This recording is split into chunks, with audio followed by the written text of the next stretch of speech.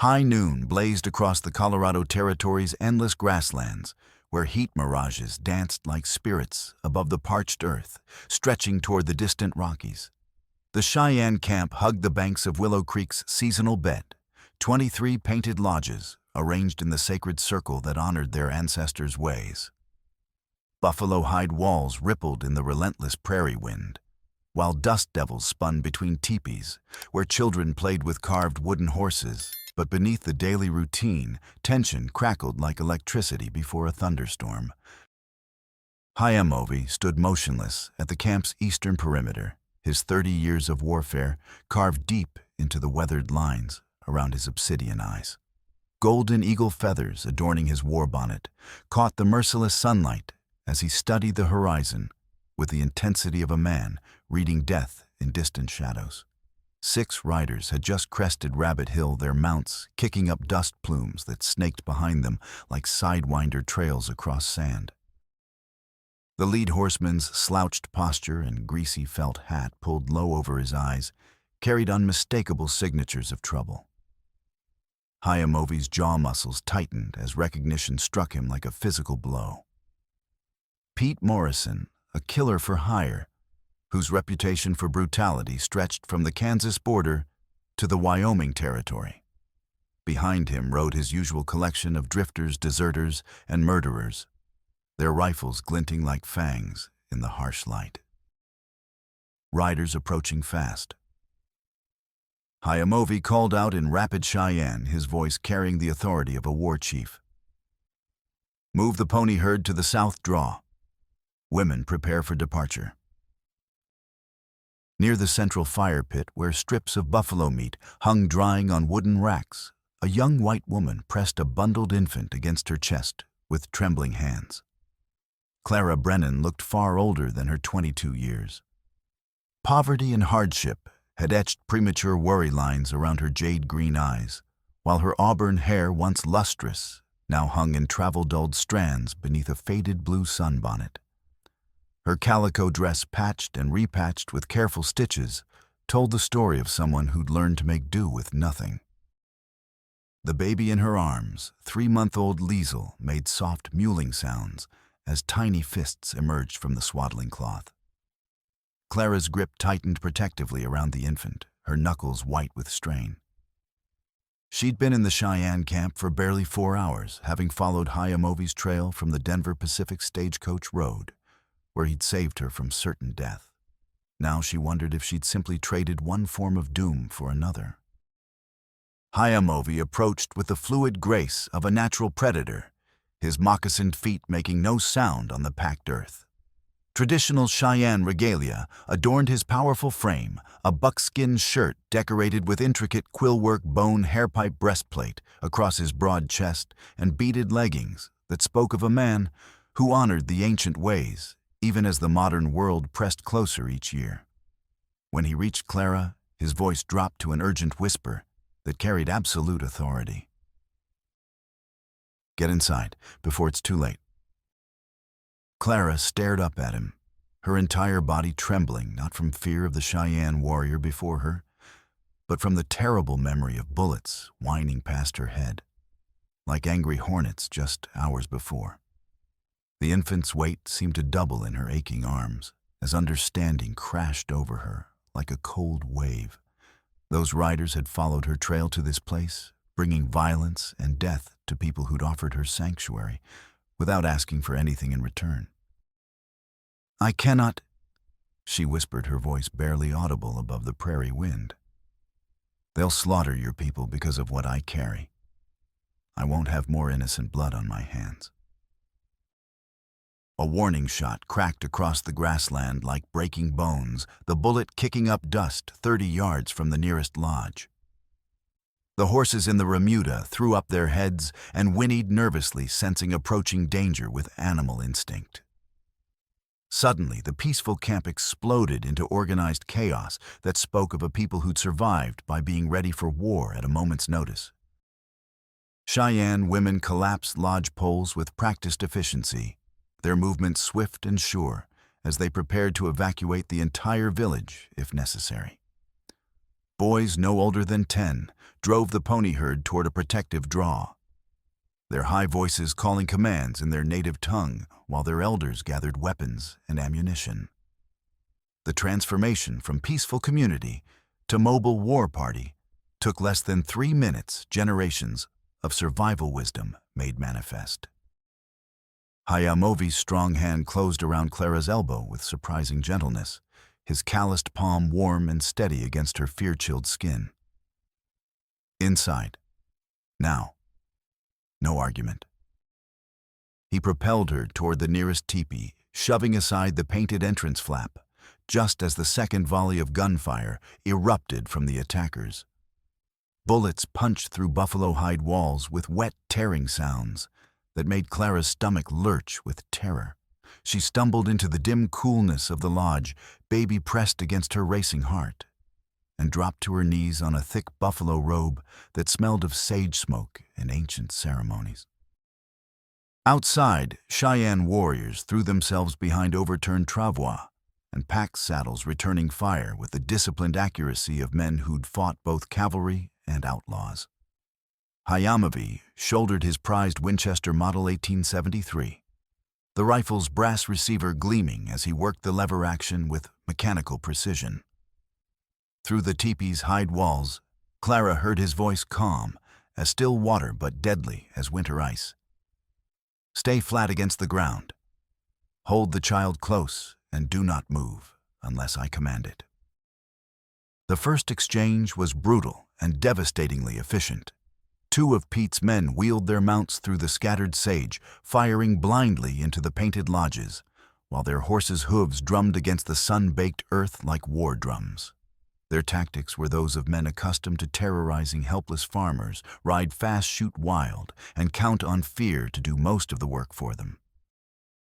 But the Cheyenne had faced cavalry charges at the Little Bighorn and survived the winter camps at Sand Creek. 6 drunken gunmen posed no tactical challenge to warriors who'd learned warfare from masters like Roman Nose and dull knife men, who'd turned guerrilla fighting into an art form that could humble the finest military minds the East could produce. Hayamovi's first shot dropped the lead rider from his saddle like a sack of grain, and the man's body hitting the prairie with a sickening thud that Clara could hear even through the lodge walls.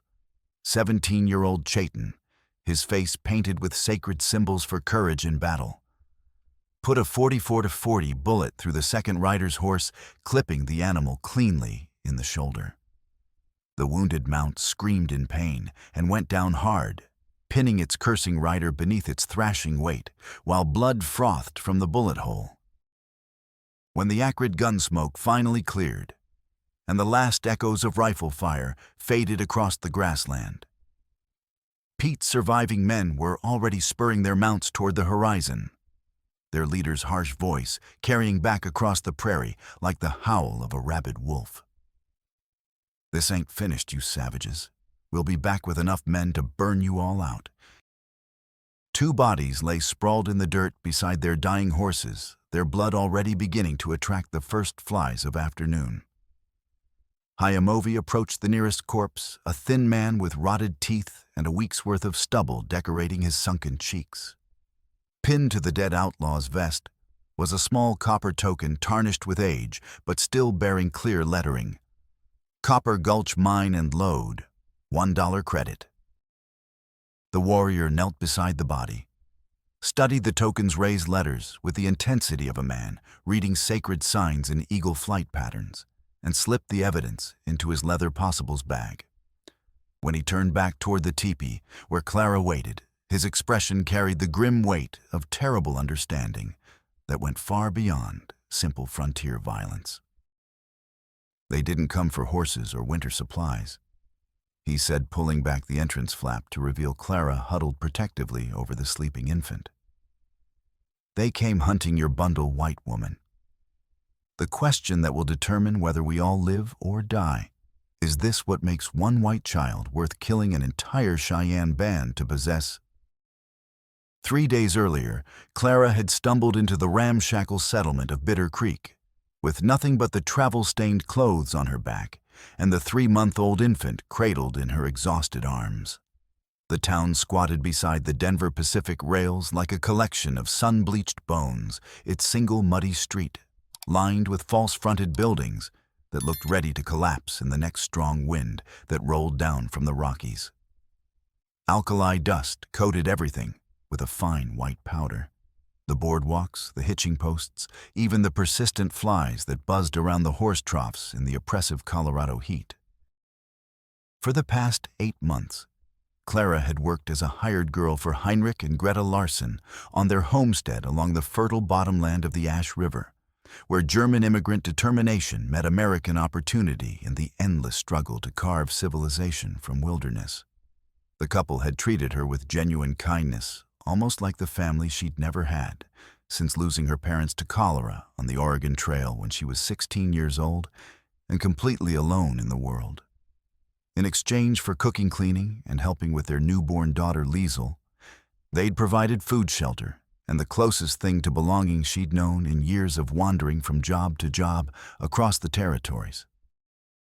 Heinrich had been far more than just another struggling homesteader trying to scratch a living from territorial soil that challenged every farming technique he'd learned in the old country. A trained surveyor who'd learned his trade building railroads through Minnesota's lake country, he spent his spare time mapping the Ash River's course with scientific precision and calculating optimal locations for water-powered mills that could serve the growing number of immigrant families settling throughout the valley. His dream was to build a community grist mill that would allow homesteaders to process their grain locally instead of making the expensive and dangerous trip to Denver, where corrupt grain merchants often cheated farmers who had no other options. But Clara had begun to notice something increasingly strange about Heinrich's mapping expeditions during the final weeks before the attack that shattered their peaceful world forever. He would return from his surveys along the river with dirt under his fingernails that glittered oddly in lamplight, and he'd begun making cryptic marks in his surveyor's notebook that looked nothing like the standard symbols she'd seen him use for recording water flow rates and topographical features.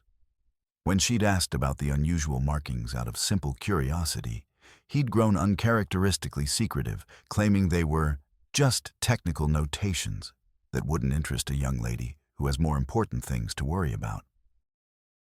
More tellingly, Heinrich had developed a peculiar habit during those final weeks of checking baby Liesel's traditional cradle board before each of his surveying expeditions, claiming he was making sure our little treasure always has everything she needs for whatever the future might bring. At the time, Clara had assumed he was simply being an overly protective father, fussing with the woven carrier that kept the infants safe and comfortable during their daily activities.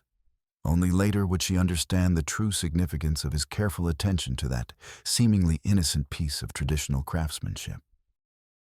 The attack came with the dawn on a Tuesday morning in late September that had started like any other day in their peaceful valley. Clara had been feeding baby Liesel goat's milk from a glass bottle, a luxury Heinrich had purchased in Denver at considerable expense, when the thunder of approaching hooves shattered the morning quiet like a cannon blast. Through the homestead's single-glass window, another expensive amenity that spoke to Heinrich's determination to provide his family with civilized comforts, she saw 6 riders with bandanas pulled up over their faces and weapons already drawn for immediate violence. Heinrich met them at the door with his old Spencer repeating rifle, the same weapon he'd carried as a Union Army corporal during the siege of Vicksburg. But individual courage, no matter how genuine, couldn't overcome 6-to-1 odds when the attackers had the advantage of surprise and superior firepower. The first bullet took him squarely in the chest, spinning him backward into the cabin, where his blood splattered across the whitewashed walls that Greta had painted so carefully to make their humble home feel more like the farmhouses they'd left behind in Bavaria. "Where's the surveyor's notebook?" Pete Morrison had demanded, while his men ransacked the single room with methodical brutality that spoke of men who'd done this kind of work before. "Not the water claim papers, we know about those already.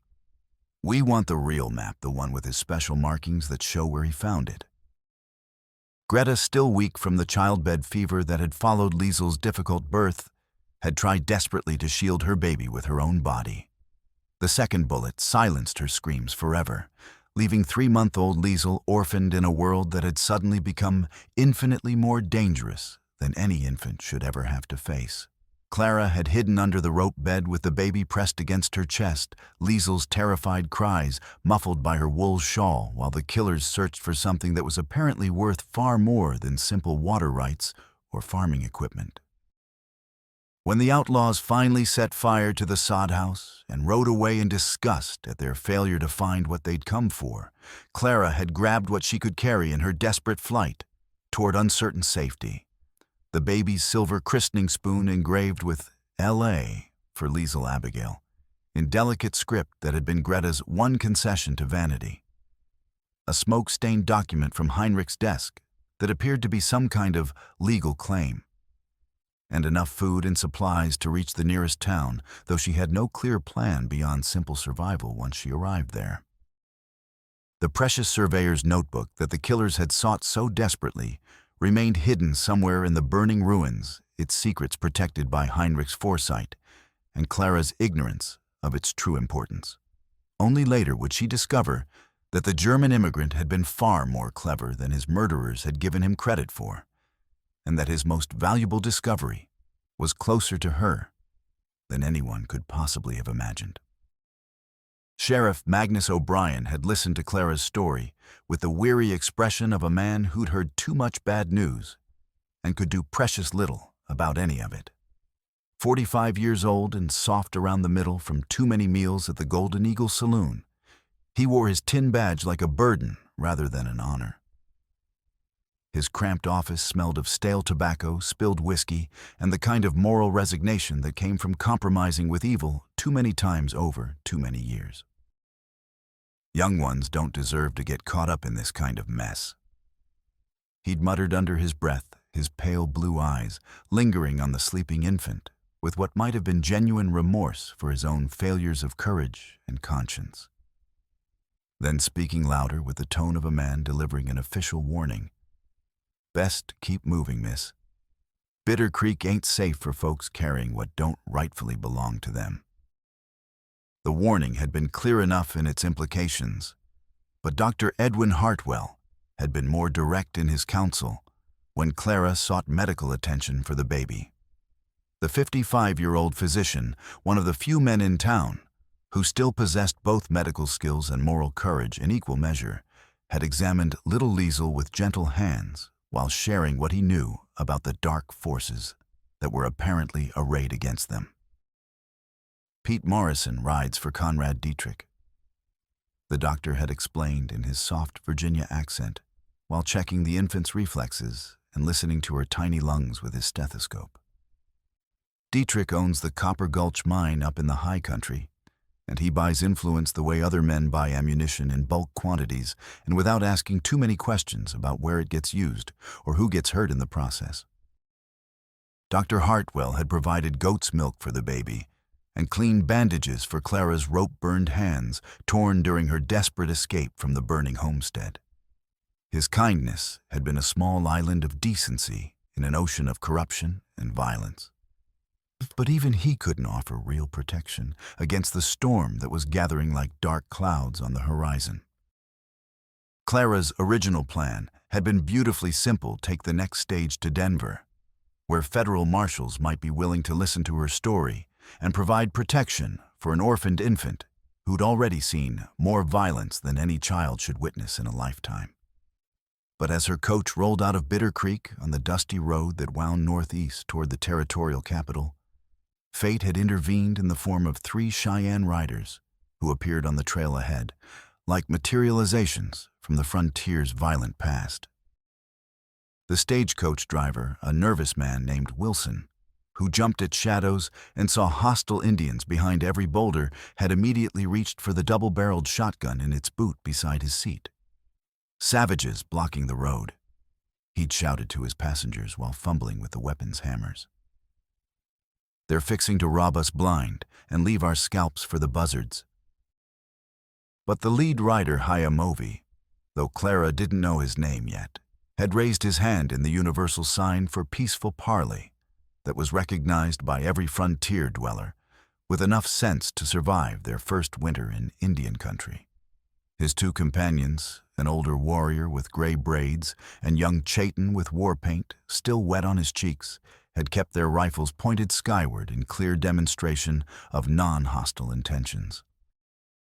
The warriors had wanted to trade for flour and coffee beans, not start a fight that would bring cavalry patrols down on their families. Clara had watched Hayamovi's gentle handling of his paint horse's braided reins, noted the respectful way he averted his dark eyes from the white women passengers, according to the complex protocols that governed such encounters. There had been dignity in his bearing, a quiet strength that reminded her powerfully of her late father's steady presence during the difficult crossing to Oregon that had ultimately cost both her parents their lives. The peaceful moment had shattered like window glass when gunfire erupted from the rocky bluffs above the road, where Pete Morrison's men had been waiting in carefully planned ambush among the scrub oak and granite boulders. Their first coordinated volley had killed driver Wilson instantly, the poor man tumbling from his seat with blood streaming from a bullet hole in his forehead. The frightened horses had immediately bolted forward in panic, dragging the heavy Concord coach toward a sharp curve where it would surely overturn on the loose shale and kill everyone inside. Without a moment's hesitation or thought for his own safety, Hayamovi had spurred his pony forward and grabbed the runaway team's leather harness, his powerful hands fighting desperately to bring the panic-stricken animals under control before disaster struck. His two companions had split Pete's attacking force with precise rifle fire, their superior marksmanship and tactical positioning, forcing the outlaws to break off their assault and retreat toward higher ground, where they could regroup for another attempt. When the dust had finally settled and the last echoes of gunfire had faded across the prairie, the three Cheyenne had saved 5 lives without asking for payment thanks or even acknowledgement of their heroism. They'd simply melted back into the landscape like smoke, leaving behind only hoofprints in the dust and Clara's memory of unexpected nobility in a world that seemed increasingly dominated by greed and violence. At the next fork in the road, where a weathered wooden sign pointed toward distant Denver, Clara had made the decision that would change her life forever and set in motion the chain of events that would ultimately determine not just her own fate, but the future of everyone she'd come to care about. As the repaired stagecoach continued northeast with its surviving passengers, she'd slipped away with baby Liesel and followed Hayamovi's trail into the unknown wilderness, trusting her instincts that the man who'd risked everything for strangers might be willing to help a desperate woman and the child she was trying to protect. Inside the buffalo hide walls of Hayamovi's lodge, shadows danced in the flickering light of a small fire built from twisted sage and buffalo chips that burned with a clean, sweet smoke that connected the living world to the realm of spirits and ancestors. The warrior sat cross-legged on a painted robe across from Clara, his obsidian eyes studying her face with the intensity of a man reading subtle trail signs that might mean the difference between life and death for everyone in his care. The infant had finally settled into exhausted sleep after her terrifying introduction to frontier violence, her tiny chest rising and falling in the peaceful rhythm that spoke of complete trust in the adults who surrounded her. In the relative safety of the lodge, Clara's hands had stopped their constant trembling, though she could still hear her heart hammering against her ribs like a trapped bird beating its wings against invisible bars. "Tell me, true white woman." Hayamovi said his English careful and precise despite the slight accent that marked Cheyenne as his first language. "Why do hired killers pursue one hungry woman and sleeping child across 200 miles of dangerous country? What makes this small bundle worth more than the lives of my people?" Clara's fingers trembled as she carefully unwrapped the swaddling cloth around Liesel's feet, revealing the precious items she'd managed to save from the burning homestead in those desperate moments when the world collapsed around her. The first was a silver christening spoon, its surface tarnished with age and smoke damage, but still bearing the delicate engraved initials L.A. in flowing script that spoke of German craftsmanship and parental love. Beside it lay a folded document, its edges smoke-stained and brittle from the fire that had consumed everything else the young family had worked so hard to build. She smoothed the legal paper on the buffalo robe between them, the crackling parchment loud in the lodge's contemplative quiet. The document bore the official seal of the Colorado Territorial Land Office in Denver, its formal language dense with legal terminology that would have been incomprehensible to most frontier settlers. But the essential meaning was clear enough to anyone who understood the value of water rights in arid country. A legal claim for a mill site on the Ash River filed by Heinrich Larsen and witnessed by his wife Greta in their careful European handwriting that spoke of education and respectability. Hayamovi placed the copper script token from the dead outlaw beside the water, claimed the two pieces of evidence lying side by side like puzzle pieces, waiting for someone wise enough to see the pattern they formed when properly assembled. The juxtaposition created an ominous picture of corporate power reaching out to crush individual rights through violence and intimidation. Pete Morrison rides for a man at Copper Gulch Mine. The warrior said slowly, his voice heavy with the kind of understanding that came from watching white men destroy everything they couldn't own outright. Water is life to all people. Red, white, Mexican, German makes no difference when the streams run dry. Someone wants this river badly enough to kill entire families for it. A hawk's cry pierced the evening air. Outside the lodge, two sharp notes followed by a longer, more complex call that made Hayamovi's head snap up in immediate alert. Clara recognized the sound from her childhood on the Oregon Trail. But something in the warrior's reaction told her this particular call had nothing to do with hunting field mice in the gathering dusk. Cheyenne. Hayamovi called softly toward the entrance flap, his voice barely above a whisper, but carrying the authority of absolute command.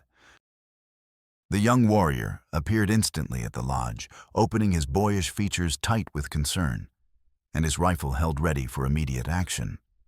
Despite his youth, Cheyenne moved with the fluid confidence of someone who'd been trained for war from the moment he could walk upright and hold a weapon. War paint still marked his cheeks in traditional patterns that asked the spirits for protection in battle, while striking fear into the hearts of enemies. They circle wide to strike the pony herd, Cheyenne reported in English for Clara's benefit, his voice barely above a whisper that wouldn't carry to unfriendly ears. Sunset attack when the light is wrong for accurate shooting. Without horses, we cannot move our families or fight on equal terms with mounted enemies. Hayamovi was already reaching for his Winchester, checking the action and counting the cartridges in his ammunition belt, with the automatic movements of a man who'd survived too many fights to take anything for granted. The Cheyenne way of war was built around superior mobility, strike fast, with overwhelming local force retreat faster than pursuers could follow, and never allow the enemy to pin you down in a position where superior numbers and firepower could overwhelm individual skill and courage. Take her to Winona's lodge, Hayamovi instructed the younger warrior, his tone carrying the absolute authority of a war chief, giving orders that would determine life and death for his people. Back of the camp, safest place when the shooting starts and bullets begin flying. Clara gathered baby Liesel and the precious documents, her heart hammering against her ribs as the full reality of their desperate situation crashed over her like an avalanche of ice-cold understanding. As Cheyenne led her through the camp at a careful trot, she saw Cheyenne warriors checking their weapons with practiced efficiency that spoke of generations of survival wisdom, cleaning rifle barrels with pulled-through rags, counting cartridges with miserly care, and painting their faces with sacred symbols that would either bring them home alive or ensure their spirits found the proper path to the afterlife. Winona's lodge sat apart from the others according to traditional arrangement that gave elders both respect and protection from the dangers that threatened younger, more active members of the band. Its entrance faced east to greet the morning sun according to ancient customs, and smoke from her small fire rose straight up in the still air, like prayers made visible. The 60-year-old woman welcomed Clara with a slight nod of her graying head, her teeth stained dark from choke cherries, and her manner carrying the calm authority of someone who'd raised 6 children and buried 2 husbands during a lifetime spent facing the countless challenges that frontier existence presented to those strong enough to survive. "Sit," Winona said in carefully pronounced English, patting a pile of soft buffalo robes arranged around the fire pit. "Baby's safe here in Grandmother's lodge. Bullets cannot find what spirits protect."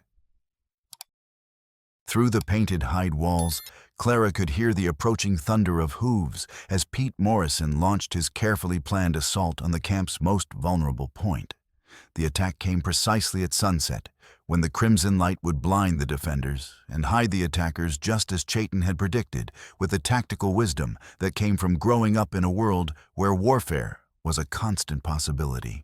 Shouts erupted from the direction of the pony herd as young guards tried desperately to turn the scattered horses back toward the protection of the camp's defensive perimeter.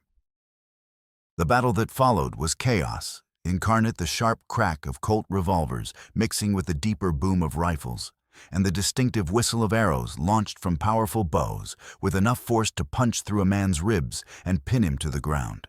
Clara huddled behind stacked buffalo hides with Liesel pressed against her chest, trying to make sense of the sounds of violence that seemed to come from all directions, at once creating a symphony of death that no civilized person should ever have to experience. A man screamed in mortal agony somewhere in the gathering darkness, his voice rising above the general tumult with a kind of raw terror that spoke of wounds that would not heal. Horses whinnied in panic and crashed through the brush along the creek bed, their iron-shod hooves striking sparks from stones as they fled the sounds and smells of battle. Someone shouted orders in harsh English. "Drive them toward the wash. Don't let any of the savages escape to bring the cavalry down on us." When the gunfire finally died away, after what felt like hours, but had probably been less than 15 minutes of actual combat, an eerie quiet settled over the camp like a burial shroud. Clara counted her own heartbeats, 10, 20, 50, before Hayamovi's voice called out in rapid Cheyenne, the familiar words carrying across the camp like music after the violence that had preceded them, announcing that the immediate danger had passed and the defenders had held their ground. 2 more bodies lay twisted in the sage when the first light of dawn revealed the full extent of the night's carnage.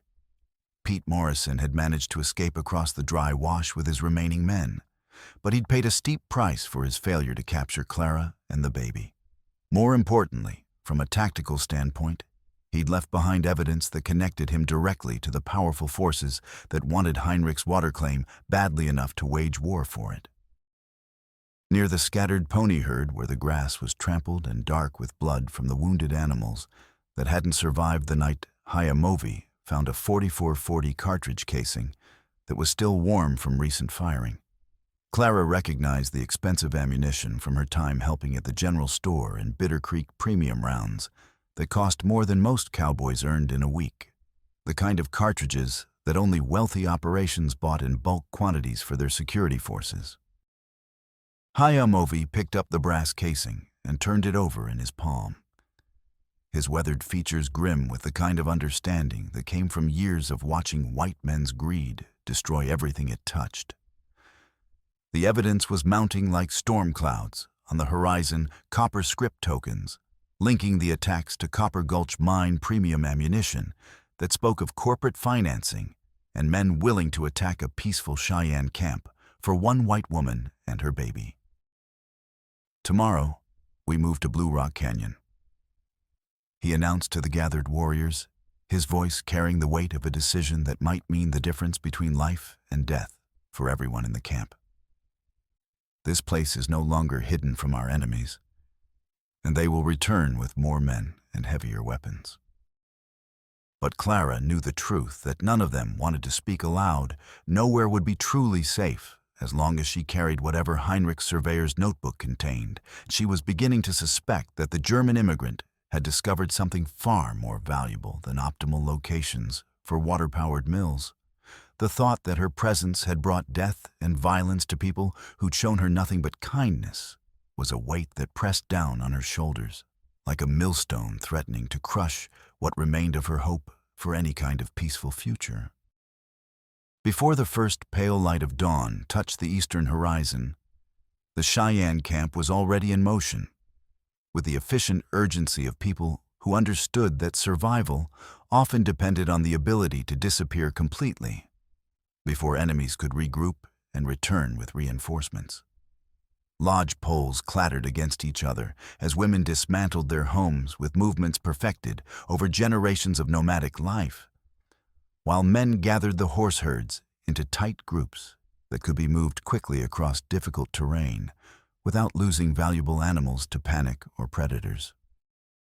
Cheyenne had chosen Blue Rock Canyon as their destination, a narrow gorge carved by ancient waters some 40 miles to the north, where steep sandstone walls would provide both cover from rifle fire and multiple escape routes if their tactical situation became desperate enough to require immediate evacuation. But reaching that natural fortress would require crossing the Ash River at Miller's Crossing, where autumn snowmelt from the distant peaks had transformed the normally placid stream into a brown torrent capable of sweeping away horses and riders with equal indifference.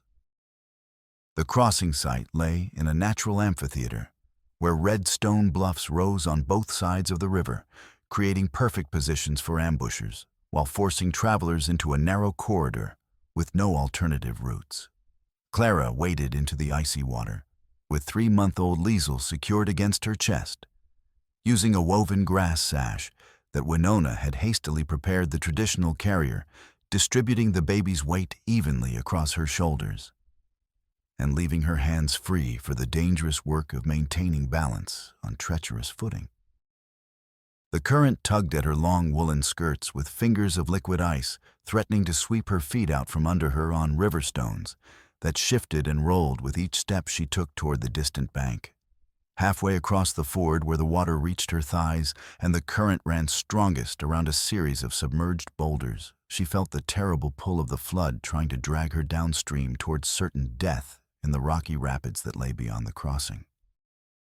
A lodge pole that had slipped from someone's grip upstream came spinning end over end through the brown water, like a battering ram, the 12-foot length of pine moving with enough force to crush bones or knock an adult unconscious. Clara saw the timber bearing down on her position and tried desperately to dodge sideways, but her right foot caught between two large rocks just as the current surged around a submerged boulder. She stumbled forward with a cry of alarm, arms windmilling desperately for balance, while baby Liesel's frightened wails rose above the roar of rushing water.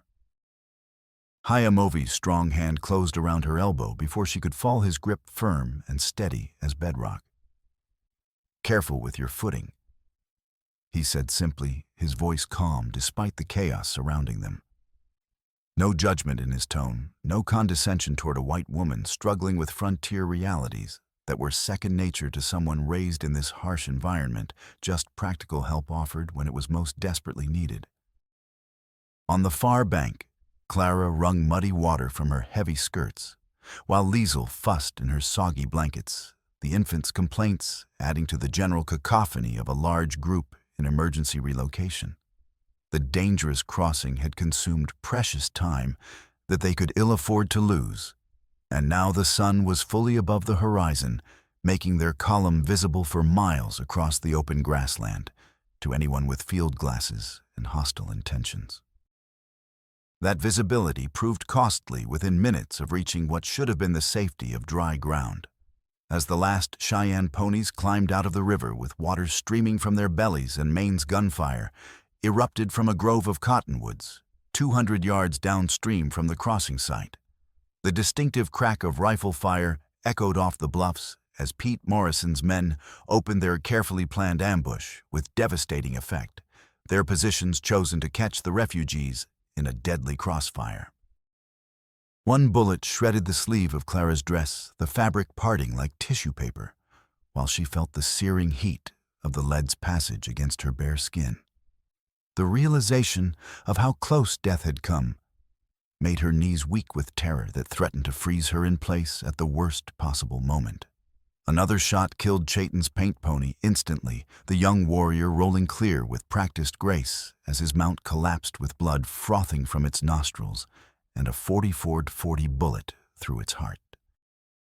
Hayamovi grabbed the 17-year-old by his beaded shirt and hauled him behind the shelter of a granite boulder, then immediately sprinted along the riverbank with his Winchester at the ready.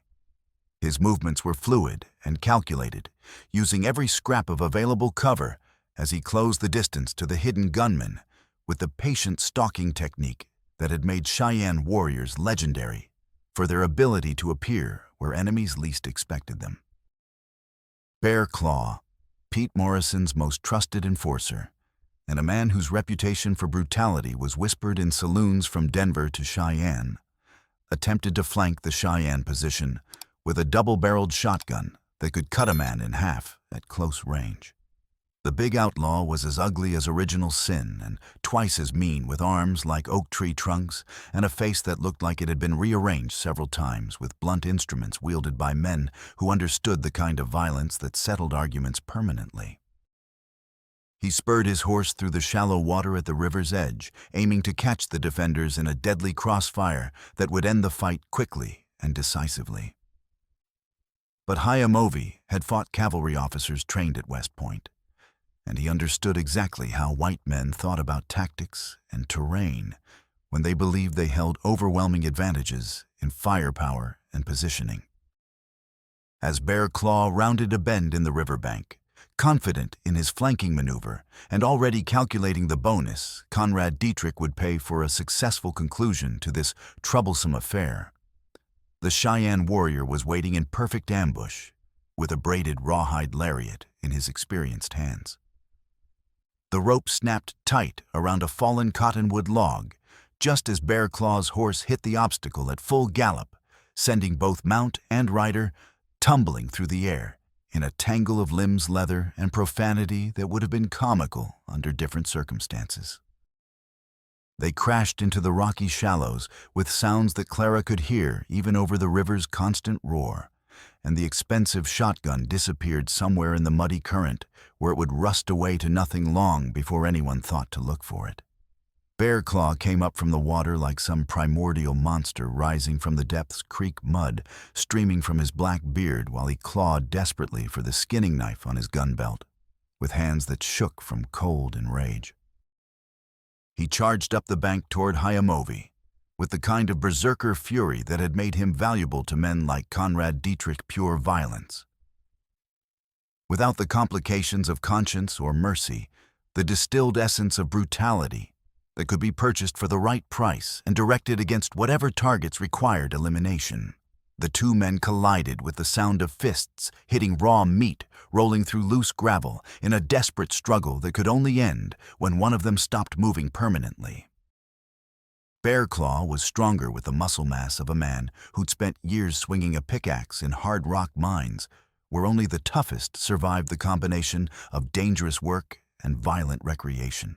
But Hayamovi possessed the speed and tactical training of a warrior who'd learned combat from masters like Roman Nose and Dull Knife Men, who turned individual fighting into an art form that could overcome superior strength through superior technique and absolute dedication to victory at any cost.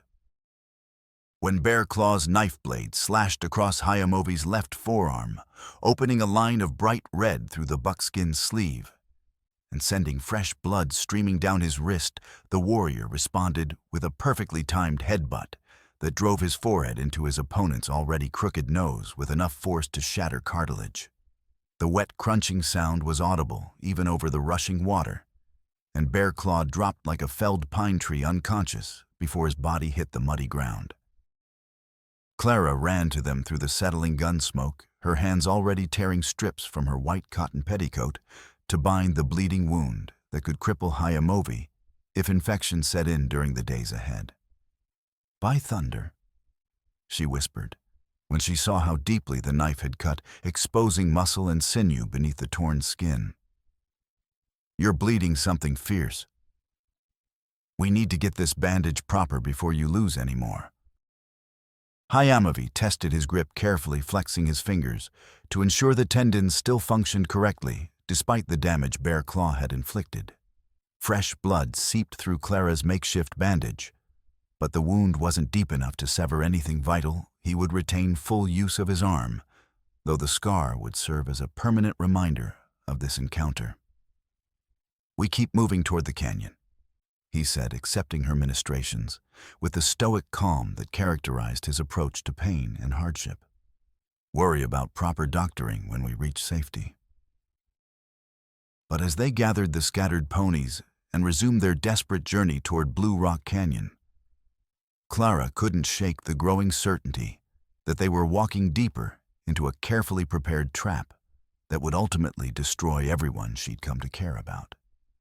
Someone wanted Heinrich's surveyor's notebook with a desperation that went far beyond normal business competition, and she was beginning to understand that Conrad Dietrich was prepared to go to any lengths necessary to acquire what he coveted, regardless of how many innocent people died in the process.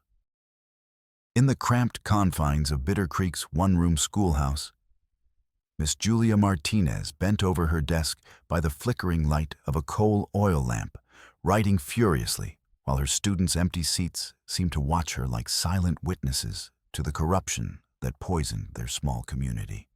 At 30 years old, the dark-haired teacher had seen enough frontier politics to recognize systematic fraud when it strutted down Main Street wearing a badge and demanding respect from people who knew better than to ask uncomfortable questions. The brutal attack on Clara and baby Liesel had stirred something deep in Julia's conscience, the same protective instinct that had driven her to become a teacher in the first place.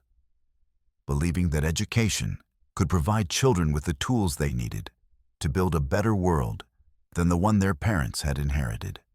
She'd spent the entire afternoon moving through Bitter Creek, like a detective gathering whispers and rumors, with the methodical patience of someone panning for gold in a played-out creek bed.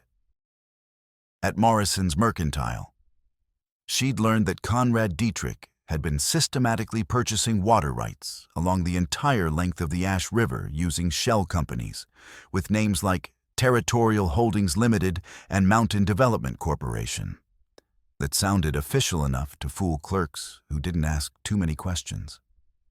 The storekeeper, always eager to gossip while measuring out flour and salt for his customers, had mentioned that these mysterious organizations always seemed to have unlimited funds and legal paperwork that looked official enough to satisfy the Territorial Land Office in Denver. The barbershop had provided even more disturbing intelligence about the scope of Dietrich's influence throughout the territory. While pretending to browse through week-old newspapers from Denver, Julia had overheard Deputy Paul Morrison, no relation to Pete Morrison, despite sharing the surname, bragging about his profitable side business filing quitclaims and water rights transfers for important men who value discretion above all other considerations. The deputy's boasting had been liberally lubricated by corn whiskey, making him indiscreet about details that should have remained strictly confidential.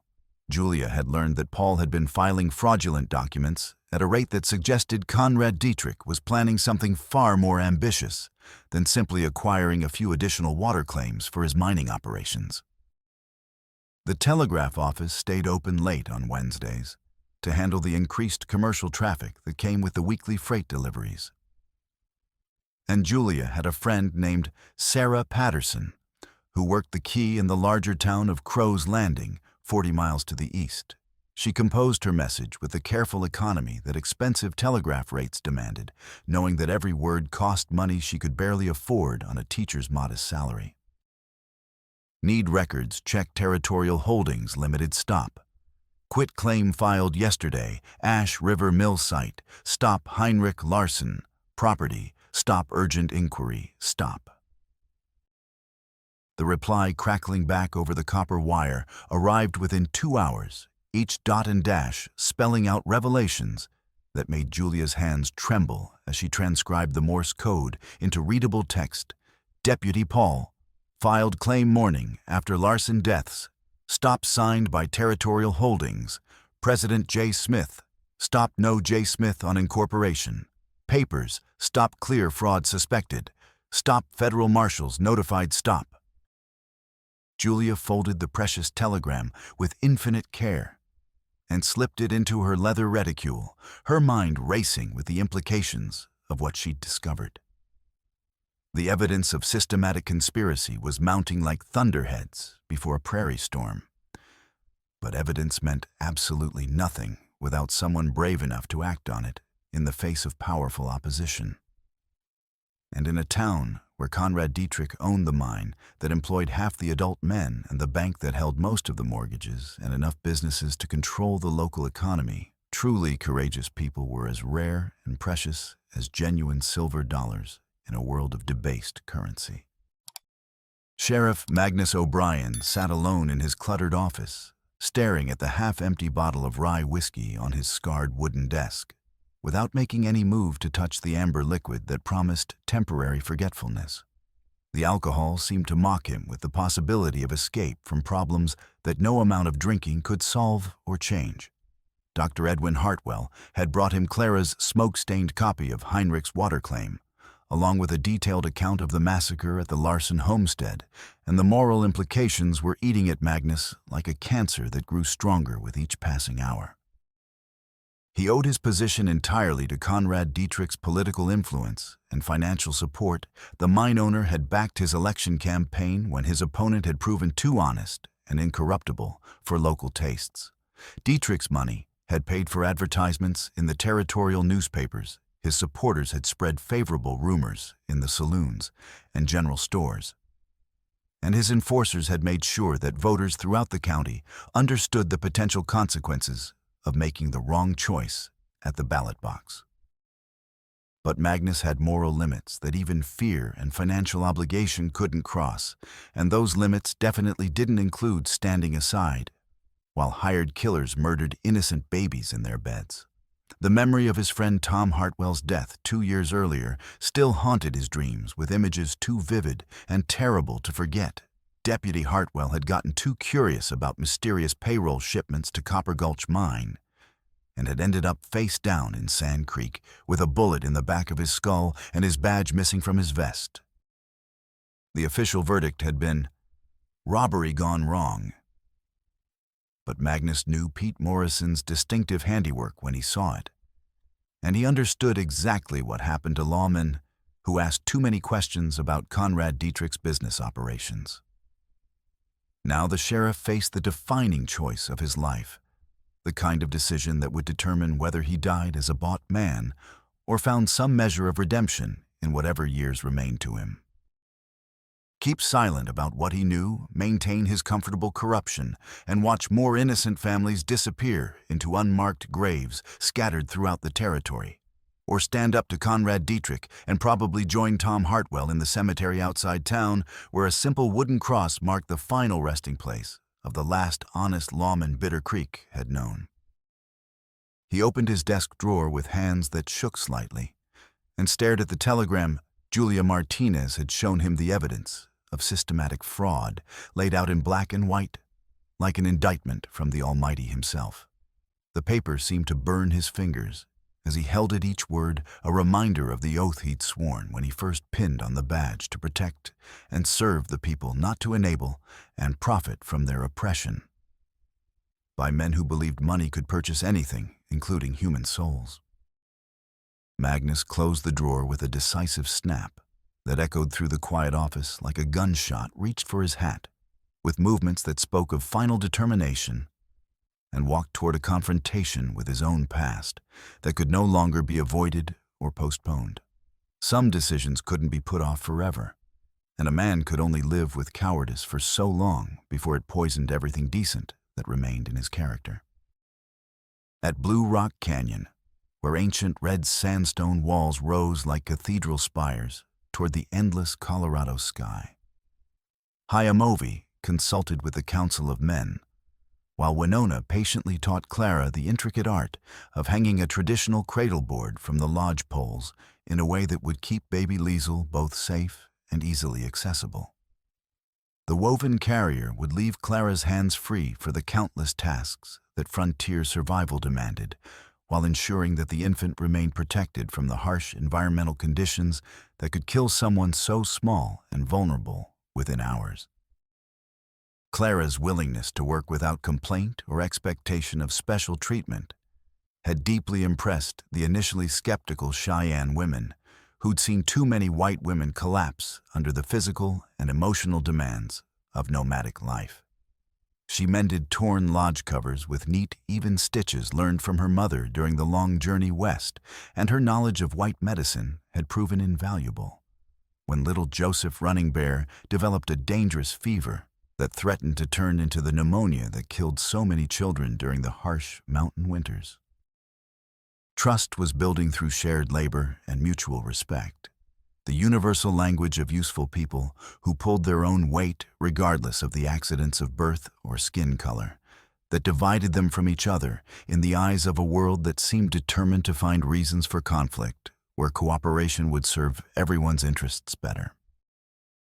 Each evening, as the sun painted the canyon walls in shades of gold and crimson that rivaled any treasure buried in the earth, Hayamovi found reasons to check on Clara's welfare that went far beyond simple courtesy or obligation to a guest. He brought fresh water from the hidden spring that fed the canyon, tested the security of her lodge stakes against the prairie winds that could flatten poorly secured shelters, and taught her the proper technique for banking a fire to provide steady warmth throughout the cold mountain nights without wasting precious fuel. Their conversations grew longer and more personal with each passing day, touching on everything from childhood memories to dreams for an uncertain future that might never arrive if their enemies proved more determined than their own will to survive. Clara learned that Hayamovi had lost his wife Morning Star and their infant son to the smallpox epidemic 3 winters past the disease brought by white settlers who'd never been exposed to the sacred medicines that might have saved both mother and child from lingering, agonizing deaths. In return, she shared the story of her parents' deaths during the terrible blizzard that had claimed half their wagon train in the Wyoming Territory. Leaving her alone in the world at 16 with nothing but the clothes on her back and a determination to survive that had carried her through 6 years of wandering from job to job across territories where a woman alone faced dangers that decent people preferred not to acknowledge. What grew between them wasn't the romantic nonsense portrayed in dime novels written by Eastern authors who'd never seen the frontier, but something more practical and enduring. 2 wounded people finding strength in partnership, forged through shared danger and mutual respect. It was the way frontier survivors had always joined forces when facing challenges too large for any individual to handle. Alone regardless of cultural differences that seemed insignificant when compared to the immediate requirements of staying alive in a hostile environment. But Clara found herself struggling with internal conflicts that went far beyond the immediate dangers surrounding their small community of refugees. Late at night, when Liesel slept peacefully in her cradleboard, and the camp was quiet except for the distant howling of coyotes and the whisper of wind through the canyon's narrow passages, Clara would lie awake, remembering Heinrich's strange behavior during those final weeks before the attack that had shattered their peaceful world forever. She kept returning to his cryptic final words during the attack, when he'd gasped something about the secret hidden in stones, just before Pete Morrison's bullet had silenced him forever.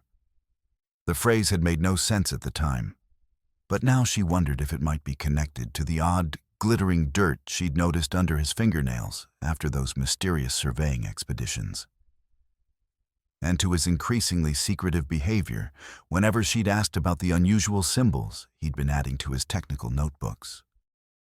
More puzzling still was Heinrich's habit during those final weeks of carefully examining baby Liesel's traditional cradleboard before each of his trips to the river, claiming he was making sure our little treasure always has everything she needs for whatever the future might bring.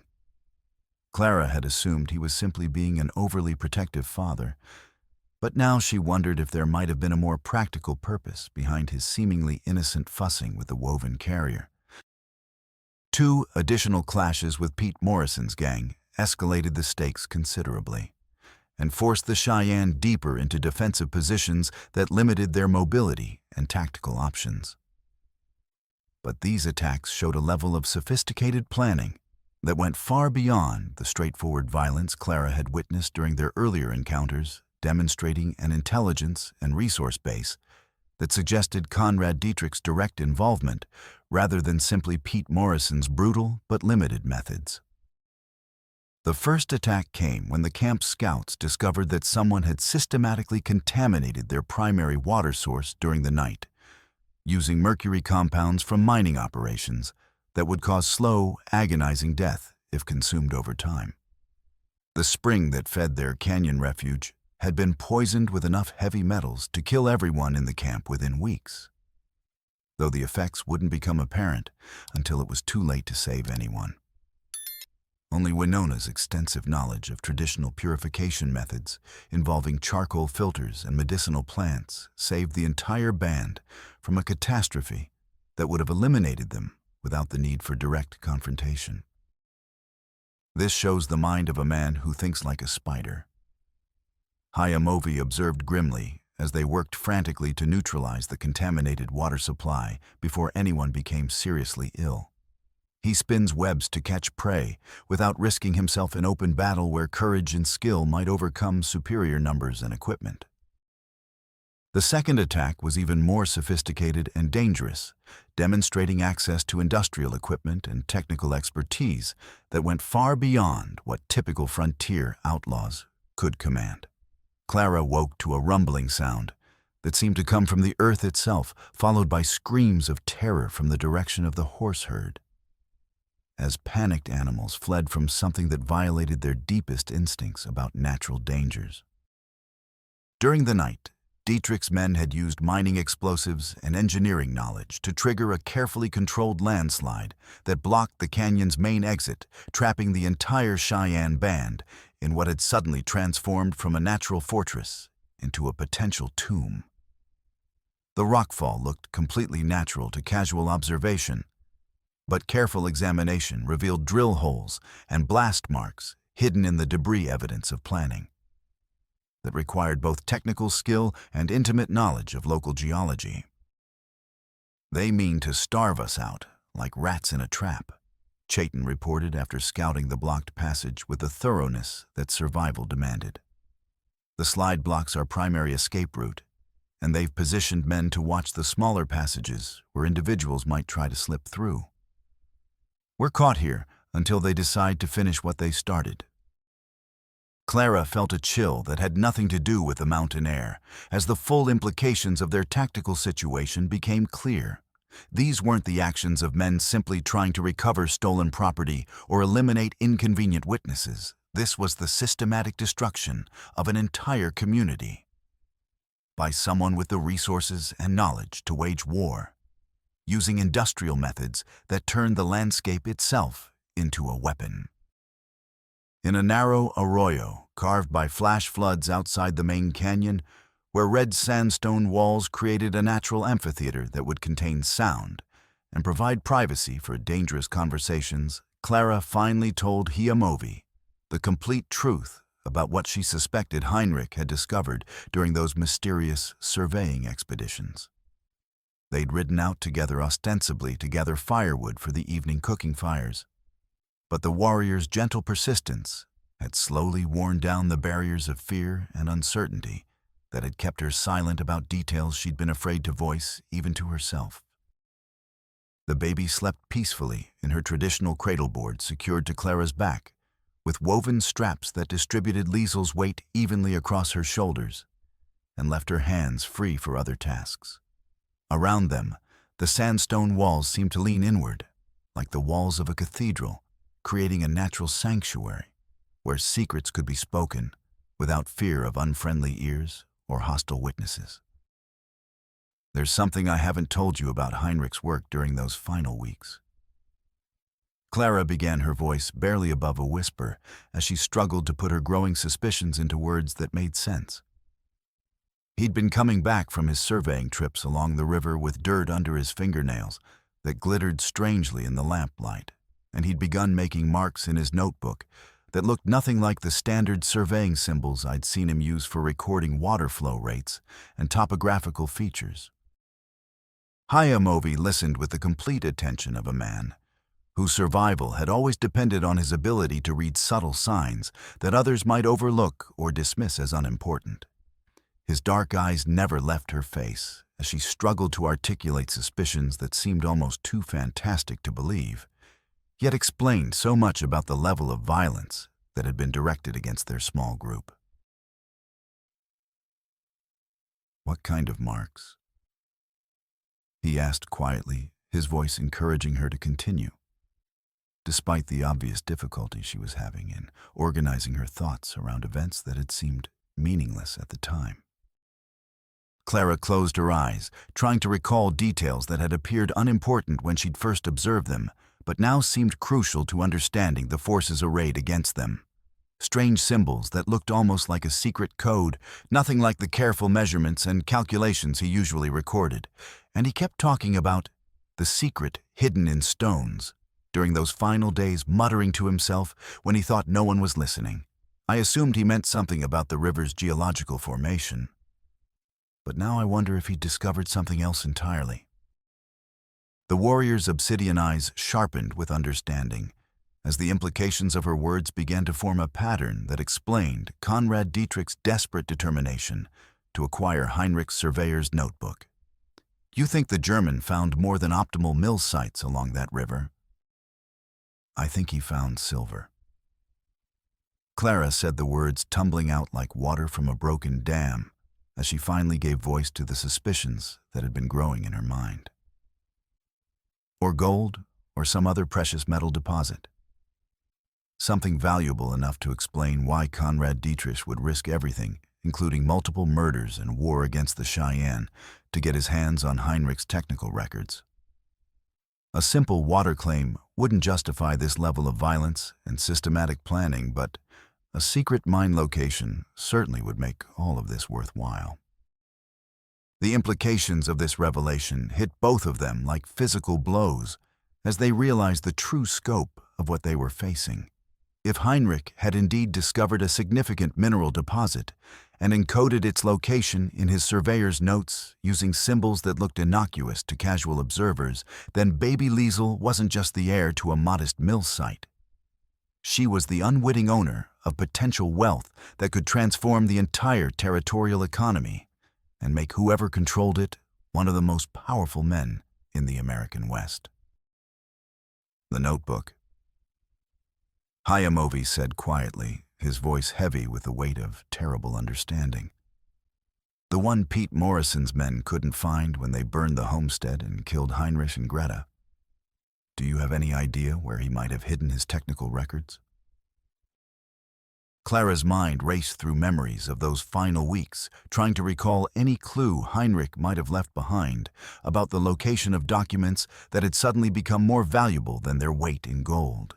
Then she remembered something that had seemed like simple paternal fussing at the time, his habit of carefully examining baby Liesel's traditional cradle board before each of his surveying expeditions, claiming he was making sure our little treasure always has everything she needs.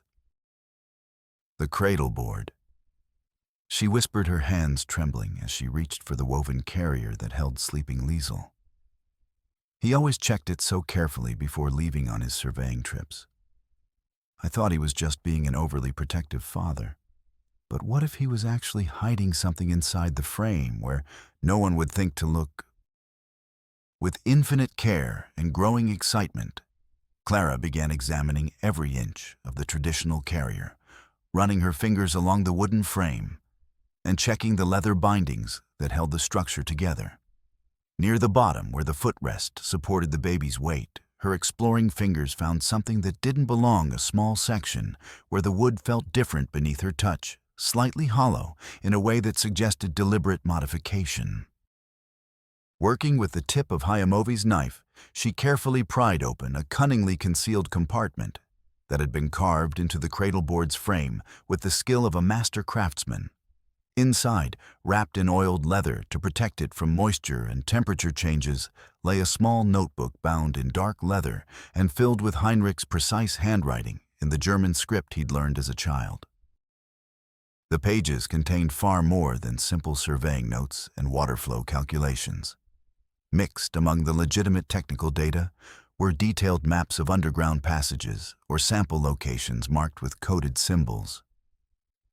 And most importantly, a carefully disguised description of what Heinrich had discovered beneath a particular bend in the Ash River. A silver vein so rich it could produce more wealth than the California goldfields had yielded during their most productive years. No, great spirits preserve us all. Hayamovi breathed as he studied the encoded maps with growing amazement. This explains everything: why Dietrich is willing to kill entire families, why he's using industrial methods to wage war against us, why he's corrupted half the territorial government to get what he wants. This isn't about water rights at all.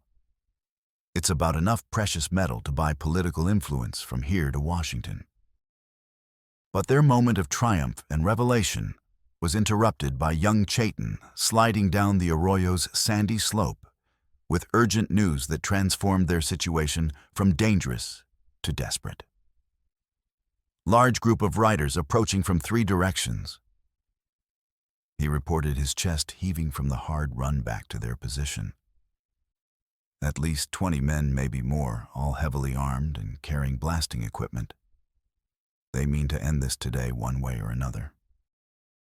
Clara clutched Heinrich's precious notebook to her chest, while Hayamovi made rapid calculations about their tactical situation that offered no encouraging possibilities. Trapped in the canyon with a landslide blocking their main escape route, facing overwhelming numbers of well-armed enemies equipped with industrial explosives. Their options had narrowed to desperate measures that bordered on the suicidal. But there was something else Cheyenne needed to tell them, news that would change everything about their understanding of the forces arrayed for and against them in this deadly game. Sheriff Magnus rode into our camp this morning under a white flag. The young warrior continued breathlessly. He says he's had enough of Conrad Dietrich's methods, and he's brought proof of the conspiracy that reaches all the way to the territorial capital. The shock of this revelation was almost as stunning as the discovery of Heinrich's hidden notebook. Magnus O'Brien had been Dietrich's bought and paid for creature for years, but something had finally cracked the shell around whatever decent impulses still survived in his corrupted soul, driving him to risk everything in a desperate attempt at redemption that might cost him his life. Magnus brought documented proof of the fraud. Clara said rapidly, her voice tight with excitement and renewed hope. Deputy Paul Morrison has been forging ownership documents all over the territory, claiming that dead homesteaders owed massive debts to Dietrich's shell companies. It's all lies designed to steal inheritance rights from orphaned children, but the paperwork looks official enough to fool territorial judges who don't ask uncomfortable questions. Hayamovi absorbed this information with the grim understanding of a man who'd seen too much of white man's justice to be surprised by its corruption, but who also recognized that even the most corrupt systems occasionally produced men willing to stand up for what was right. What finally changed Magnus's mind about helping Dietrich steal from babies? Liesel. Clara said simply, her voice carrying the weight of absolute conviction. He took one look at this innocent child and remembered that he'd once wanted to be the kind of lawman who protected children instead of delivering them to killers. Sometimes even the most corrupted men have limits. They won't cross lines, they won't step over, no matter how much money someone offers them. But their strategic situation remained desperate, regardless of Magnus's belated attack of conscience and moral courage. 20 or more armed men with mining explosives could reduce Blue Rock Canyon to rubble, eliminating all witnesses to Dietrich's conspiracy while making it look like a tragic accident caused by unstable geological conditions that no one could have predicted or prevented. Conrad Dietrich himself led the final assault on their position, having decided that this matter was far too important to delegate to subordinates who might lack the determination necessary to complete such a thorough elimination of potential witnesses. Clara watched from concealment as the mine owners surveyed their trapped situation with the calculating gaze of a man who'd built his fortune by systematically removing obstacles to his ambitions through whatever means proved necessary. Dietrich was an impressive figure despite his ruthless reputation, tall and distinguished-looking, with silver hair and expensive clothes that projected authority and respectability. He could have passed for a territorial senator or railroad magnate in the halls of government, which explained how he'd managed to corrupt so many officials without arousing suspicion from federal authorities who might have intervened if they'd understood the true scope of his criminal activities. "Miss Brennan," Dietrich called out across the canyon in a cultured voice that echoed off the sandstone walls with perfect acoustics. "I believe you have something that belongs to me by right of prior discovery and superior resources. I'm prepared to be reasonable about this unfortunate misunderstanding if you'll simply return what you've taken and submit to proper legal procedures." Clara remained hidden in Winona's lodge, but her mind was racing through possibilities for escape or resistance that seemed to grow more limited with each passing minute. The canyon had seemed like an impregnable fortress when they'd first arrived, but Dietrich's men had already demonstrated their ability to use industrial methods and superior numbers to overcome natural defensive advantages. "I know about the silver deposit." Dietrich continued his voice, carrying a note of triumph that made Clara's blood run cold with the certainty of approaching doom. "Did you really think a simple German farmer could discover something that valuable without my extensive network of informants learning about it? I've been watching Heinrich Larsen for months, waiting patiently for him to lead me to the exact location of what promises to be the richest strike in Colorado Territory history." The admission sent shockwaves through Clara's understanding of recent events, as she realized that Dietrich hadn't stumbled upon Heinrich's discovery by accident or luck. He'd been conducting deliberate surveillance of anyone who might threaten his monopolistic control of the territory's mineral wealth using resources and methods that went far beyond what any legitimate business operation would require. The water claim was always just a convenient cover story for what I really wanted. Dietrich's voice grew more confident as he revealed the true scope of his conspiracy to listeners who would never live to repeat what they'd learned.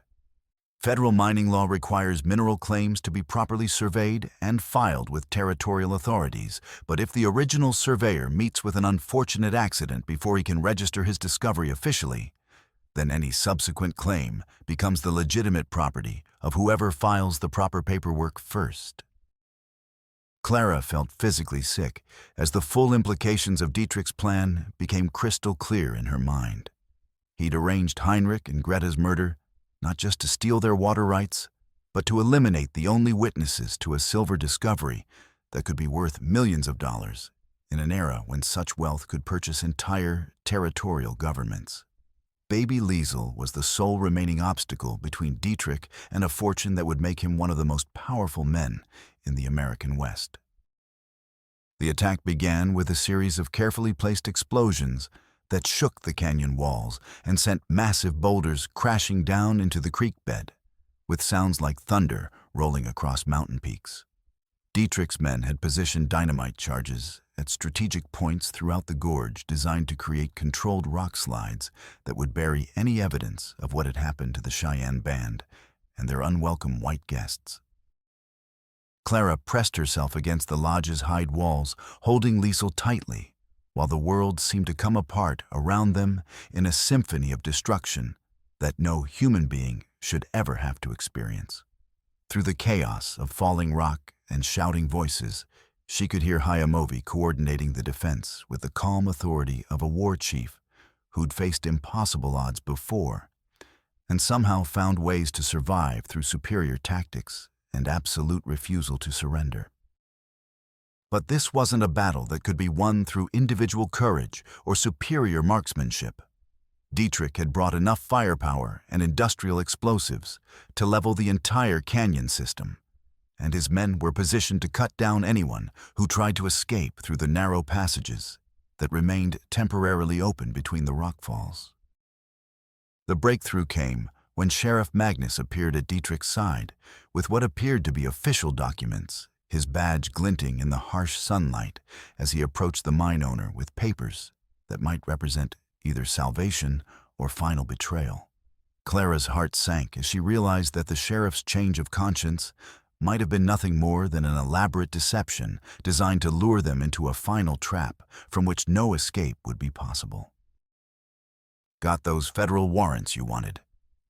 Magnus announced loudly enough for his voice to carry across the canyon to every listener.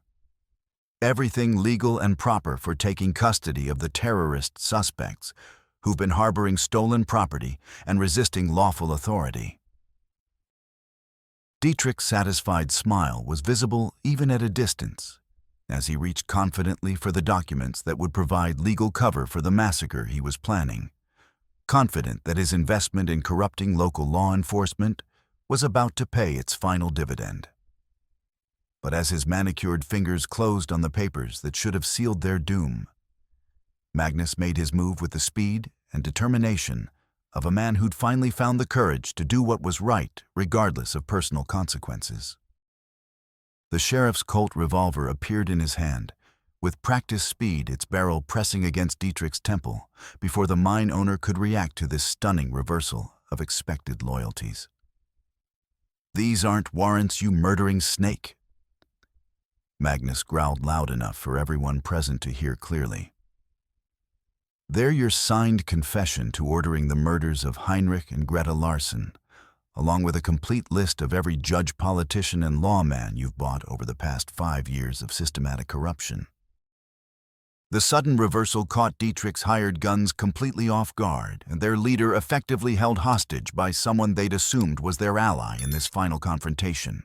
Magnus had positioned himself so that any attempt to shoot him would almost certainly kill Dietrich as well, creating a tactical stalemate that neither side had anticipated.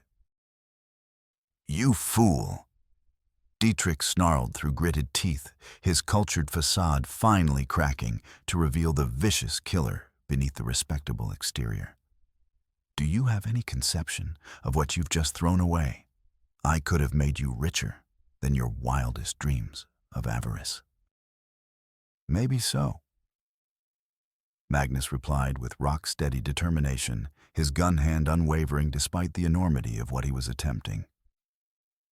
"But I reckon there are some things in this world that ain't for sale even to a man with your kind of money and influence."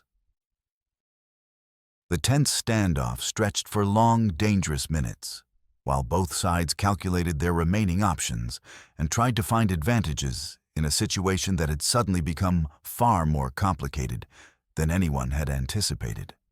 Dietrich's men had Clara and the Cheyenne trapped in the canyon with no apparent means of escape. But their employer was now at the mercy of a reformed sheriff who'd finally remembered his oath to protect and serve rather than enable and profit. The resolution came from an unexpected direction that changed everything about the tactical balance. Dr. Edwin Hartwell appeared on the canyon rim, high above Dietrich's position, accompanied by Miss Julia Martinez and a small but determined group of Bitter Creek citizens who decided they'd had enough of Conrad Dietrich's reign of terror over their community. "Federal marshals are riding hard from Denver as we speak," Dr. Hartwell called down to the assembled gunmen in a voice that carried clearly in the canyon's acoustic chamber. "We sent detailed telegrams to the territorial governor and the Army Department 3 hours ago, complete with copies of all the documentary evidence Miss Martinez has been gathering about Dietrich's criminal conspiracy." Julia held up a thick envelope that was clearly visible from below its contents, representing months of careful investigation and documentation. Every forged document, every bribed official, every murder committed in Conrad Dietrich's name. It's all recorded here in detail, and already in the hands of federal authorities who can't be bought, intimidated, or corrupted. The psychological impact of this revelation was immediate and devastating to the morale of Dietrich's hired guns. Men who'd signed on for what they'd thought would be a simple massacre in a remote location began looking at each other with the nervous uncertainty of people who realized they might be fighting on the losing side of a battle that had just become a federal case with serious legal consequences for anyone caught on the wrong side.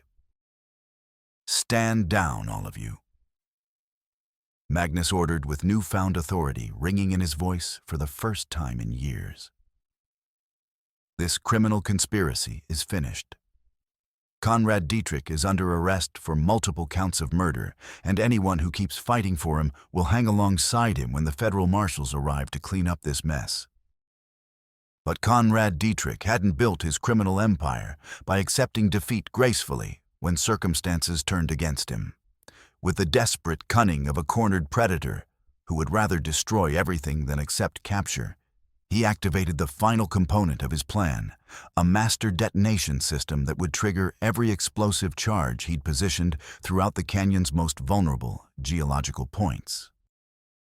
"If I can't have Heinrich's silver mine," Dietrich snarled as his hand moved toward the electrical detonator concealed in his expensive coat, "then by God nobody will ever profit from it. This entire canyon will become a tomb for everyone foolish enough to oppose my legitimate business interests." The massive explosion that followed was unlike anything Clara had ever experienced or imagined possible. A sound so enormous it seemed to come from the Earth's molten core, followed by a rumbling that made the canyon walls tremble like leaves in a hurricane wind.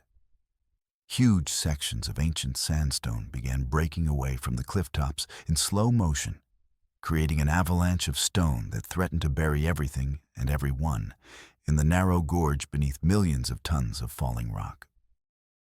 In that supreme moment of crisis, with death descending from above like the wrath of an angry god, Hayamovi made a decision that would define the rest of his life and demonstrate the kind of selfless heroism that separates ordinary men from legends.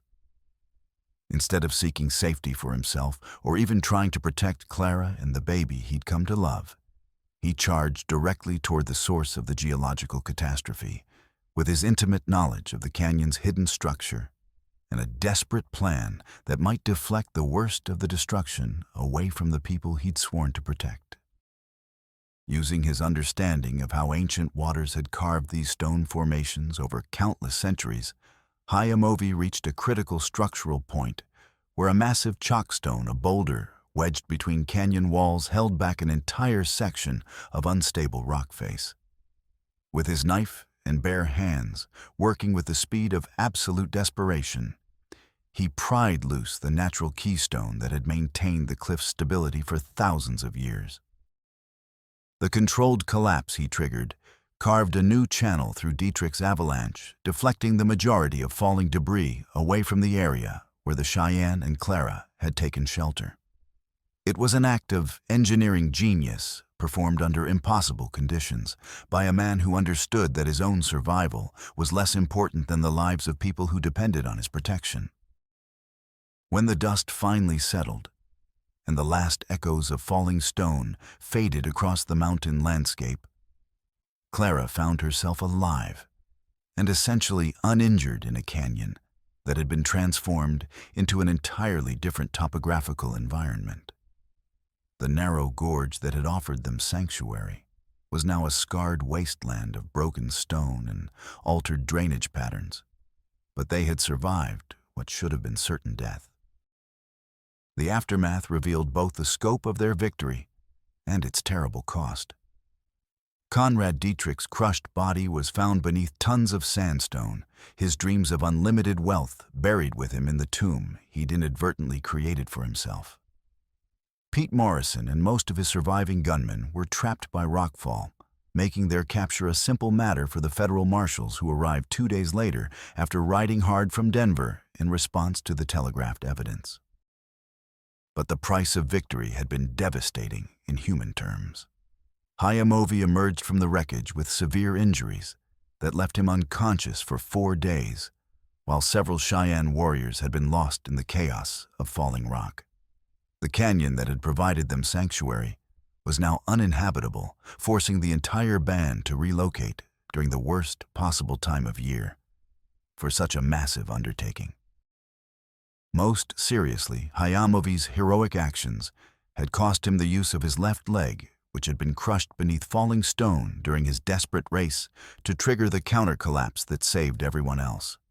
The warrior who'd once moved with the fluid grace of a natural predator would spend the rest of his life walking with a pronounced limp that served as a constant reminder of the choice he'd made to value others' lives above his own physical integrity.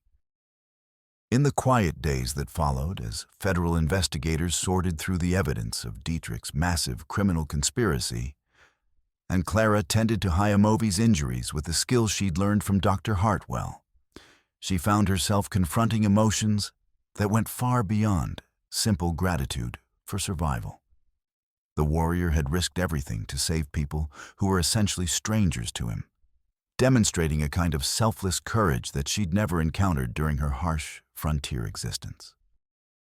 When Hayamovi finally regained consciousness after days of fevered unconsciousness, his first concern was for Clara and baby Liesel, rather than his own considerable injuries and permanent disability. "The child," he whispered through lips cracked and swollen from dehydration and trauma, "is our little one safe?" "She's perfectly safe," Clara assured him, holding Liesel where he could see the infant's tiny face and bright eyes. "We're all safe because of what you did. You saved every one of us by sacrificing yourself." The federal investigation that followed revealed the full scope of Dietrich's criminal enterprise, leading to indictments and arrests that reached into the highest levels of territorial government and exposed corruption that had poisoned the legal system for years. Deputy Paul Morrison received a life sentence in federal prison for his role in multiple murders, while corrupt judges and politicians found themselves facing charges that would destroy their careers and send them to prison for the rest of their natural lives. More importantly for Clara and baby Liesel, Heinrich's hidden notebook provided legal proof of both the silver discovery and Liesel's rightful ownership of the mineral rights under federal mining law. Government engineers confirmed the existence and extraordinary richness of the silver vein Heinrich had discovered, estimating its potential value at several $1 million, enough wealth to secure the baby's future and provide substantial compensation for everyone who'd suffered because of Dietrich's greed and violence. The Cheyenne band received formal federal recognition of their traditional water rights along the Ash River, along with monetary compensation for their losses during the Canyon Battle, and guaranteed access to seasonal camping grounds that had been used by their ancestors for generations. More significantly for the future, they were granted joint ownership of a substantial portion of the silver claim, creating an unprecedented partnership between white and native interests that would serve as a model for territorial development based on cooperation rather than exploitation. Sheriff Magnus, his conscience finally clear after years of corruption and moral compromise, was appointed by federal authorities as the territorial marshal responsible for ensuring that the new mining operations proceeded according to law rather than the violence and intimidation that had characterized the previous regime. His transformation from bought lawman to genuine peace officer provided a powerful example of redemption that inspired others throughout the territory to reconsider their own moral choices. 6 months later, as spring returned to the Colorado Rockies and new grass began growing over the scars left by Dietrich's final battle, Clara stood in the doorway of the cabin she now shared with Hayamovi on the outskirts of a growing community that had sprung up around the legitimate silver mining operations. Baby Liesel had developed into a healthy, happy infant who showed no signs of the trauma that had marked her earliest months, babbling contentedly in the mixture of English and Cheyenne that would be her natural heritage as a child of two worlds. The relationship between Clara and Hayamovi had deepened into something that transcended the simple partnerships of convenience that characterized most frontier marriages. They'd discovered that shared danger and mutual respect could create bonds stronger than romantic passion, building a foundation of trust and understanding that would sustain them through whatever challenges the future might bring. to their unconventional family. Their wedding had been conducted according to both white and Cheyenne traditions, creating a legal union that satisfied territorial law, while honoring the cultural heritage that Hayamovi refused to abandon, even as he adapted to a more settled existence. Clara had learned to speak functional Cheyenne while teaching Hayamovi to read and write English, their combined skills creating a household that successfully bridged two very different cultural traditions. The silver mine that had cost so many lives was now operated as a cooperative venture between the Larson Trust, established to manage Liesel's inheritance, and representatives of the Cheyenne Nation, with profits shared according to carefully negotiated agreements that respected both legal ownership and traditional territorial claims. The arrangement wasn't perfect, and tensions still existed between some miners and tribal members, but it represented a revolutionary new model of resource development that prioritized justice and sustainability over pure profit maximization. Clara often found herself thinking about Heinrich and Greta during quiet evening hours when Liesel slept peacefully in her cradleboard, and Hayamovi worked on the intricate beadwork that occupied his hands during the long periods when his injured leg prevented more strenuous activities. The murdered couple had died trying to build something better for their daughter, and Clara was determined to ensure that their sacrifice would create the kind of world they'd envisioned, a place where different peoples could work together rather than destroying each other over resources that were abundant enough to serve everyone's legitimate needs. The final surprise came on a crisp morning in late April, when a federal postal rider delivered an official envelope bearing the territorial seal and containing documents that would complete the transformation Heinrich and Greta had begun. Inside, Clara found papers formally establishing the Larson Memorial School Fund, an endowment created from the silver mine's profits to provide education for children throughout the territory, regardless of their racial, cultural, or economic backgrounds. Heinrich would have been so proud. Clara said softly as she read the documents aloud to Hayamovi, while baby Liesel gurgled happily in her arms. He always believed that America's greatest strength came from people of different backgrounds working together instead of fighting over what divided them. Hayamovi nodded slowly, his dark eyes reflecting the hard-earned wisdom that came from experiencing both the worst and best aspects of human nature during a lifetime spent on the frontier.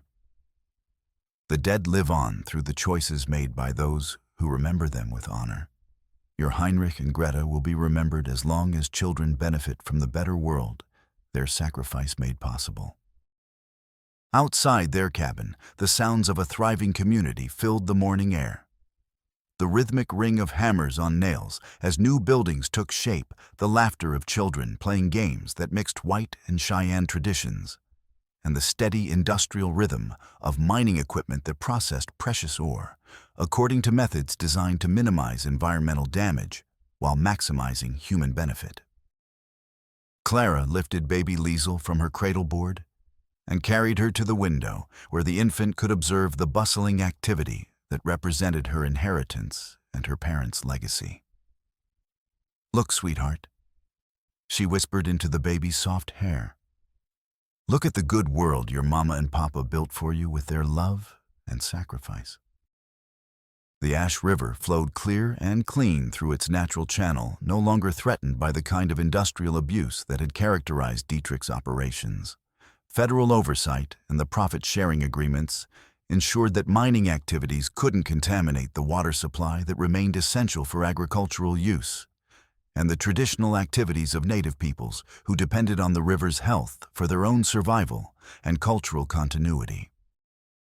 In the distance, smoke rose from the chimney of Bitter Creek's new schoolhouse, where Miss Julia Martinez taught reading, writing, and arithmetic to children whose parents had once been enemies but now worked side by side in the silver mines and supporting businesses. The school bell that called students to their daily lessons had been cast from the first silver, extracted from Heinrich's claim, creating a lasting symbol of how violence and greed had been transformed into education and opportunity. through the determination of people who refused to accept that conflict was inevitable. As Clara stood in her doorway with Hayamovi beside her and baby Liesel gurgling contentedly in her arms, she felt the deep satisfaction that came from knowing they'd not only survived the darkness that had threatened to destroy them, but had managed to create something genuinely better from the ashes of tragedy and loss. The future stretched ahead with all its inevitable challenges and uncertainties, but they would face it together as a family, as a community, and as living proof that courage and justice could triumph over even the most powerful forces of corruption and evil that poison the world. The morning sun climbed higher into the cloudless Colorado sky, warming the earth and promising another day of the honest work that was building a new kind of society in the American West. One where strength came from cooperation rather than conquest, where law meant protection rather than oppression, and where children like Liesel could grow up believing that the world was fundamentally a place where decent people looked out for each other, regardless of the accidents of birth culture or circumstance that made them different in the eyes of those who profited from division and hatred. Behind them, carved into a granite marker beside their cabin's front door, were the words Clara had chosen to honor Heinrich and Greta Larsson's memory. They died so their daughter might live in a world where justice and mercy walk hand in hand. And looking around at the thriving, integrated community that had grown from their sacrifice, Clara knew with absolute certainty that Heinrich and Greta's dreams had been fulfilled beyond anything they could have imagined during their brief time on Earth.